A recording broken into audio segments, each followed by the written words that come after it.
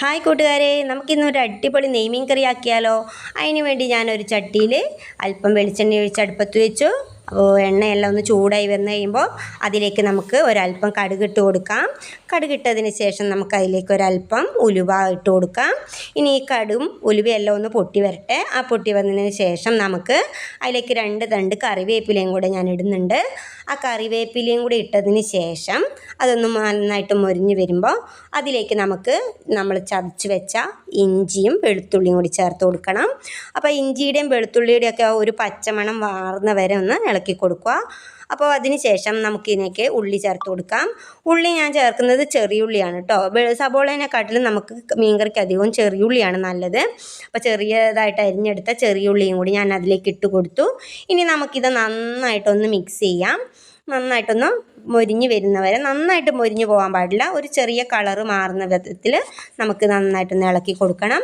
ആ ഒരു കളറ് മാറിയതിന് ശേഷമേ നമുക്ക് മസാല ചേർക്കാൻ പാടുള്ളൂ. അപ്പോൾ ഏകദേശം കളറ് മാറിയിട്ടുണ്ട്. ഇനി ഞാനിതിലേക്ക് നമുക്ക് ആവശ്യമായ മുളക് പൊടി ചേർത്ത് കൊടുക്കാം.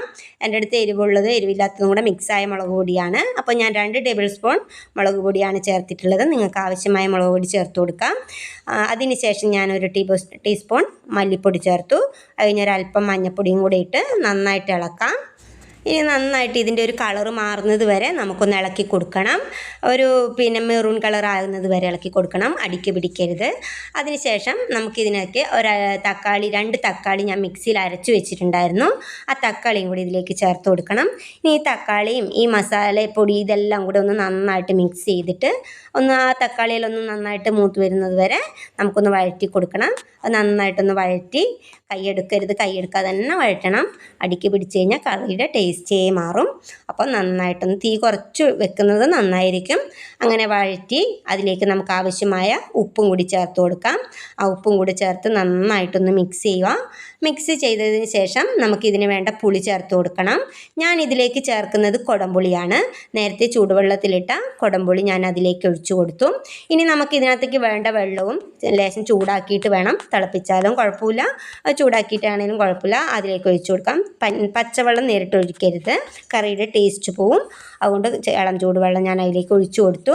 നമുക്ക് ആവശ്യമായ ചാറിനനുസരിച്ച് നമുക്ക് വെള്ളം ചേർക്കാം. നല്ല കൊഴുപ്പില വേണമെങ്കിൽ വെള്ളം ലേശം ചേർത്താൽ മതി. അപ്പോൾ ഞാൻ വെള്ളമെല്ലാം ചേർത്തു. ഇനി നമുക്കിതൊന്ന് തിളയ്ക്കാൻ വെക്കണം. തിളച്ചതിന് ശേഷം വേണം മീൻ ഇട്ട് കൊടുക്കാൻ. അപ്പം എൻ്റെ അരപ്പെല്ലാം തിളച്ച് വന്നതിന് ശേഷം അതിലേക്ക് ഞാൻ നെയ്മീൻ ഓരോന്നോരോന്നായി ഇട്ട് കൊടുത്തു.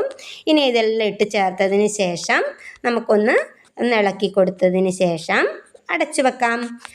ഒരു 15 മിനിറ്റിനുള്ളിൽ തന്നെ നമ്മുടെ മീനെല്ലാം നന്നായിട്ട് വെന്ത് വരും. ലേശം ഉപ്പിൻ്റെ കുറവുണ്ടായിരുന്നു, അതും കൂടി ഞാൻ ചേർത്ത് കൊടുത്തിട്ടുണ്ട്. അപ്പോൾ എല്ലാം ഒന്ന് തിളച്ച് 10-15 മിനിറ്റിന് ശേഷം ഞാൻ എടുക്കുമ്പോൾ എൻ്റെ മീൻ നന്നായിട്ട് വെന്ത് നല്ല പാകത്തിനായിട്ടുണ്ടായിരുന്നു. എല്ലാം പാകമായതിന് ശേഷം നമുക്കതിലേക്ക് കുറച്ച് പച്ച വെളിച്ചെണ്ണ ഒഴിച്ച് കൊടുക്കണം. ആ വെളിച്ചെണ്ണ ഒഴിച്ചതിന് ശേഷം വെറുതെ കുറച്ച് കറിവേപ്പിലയും കൂടെ ഞാൻ ചേർത്ത് കൊടുത്തു. അപ്പം നമ്മുടെ നെയ്മീൻ കറി ഇവിടെ അടിപൊളിയായിട്ട് റെഡി ആയിട്ടുണ്ട് കൂട്ടുകാരെ. എല്ലാവരും ഇതൊന്ന് ട്രൈ ചെയ്ത് നോക്കണം. എല്ലാവർക്കും ഇഷ്ടപ്പെടും. ഇഷ്ടപ്പെട്ടാൽ എല്ലാവരും കമൻറ്റ് ചെയ്യണം. അതുപോലെ സപ്പോർട്ട് ചെയ്യാത്തവർ ഇനിയും ഉണ്ടെങ്കിൽ സപ്പോർട്ട് ചെയ്യണം. പുതിയൊരു വീഡിയോ ആയിട്ട് വീണ്ടും വരുന്നവരെ ബൈ.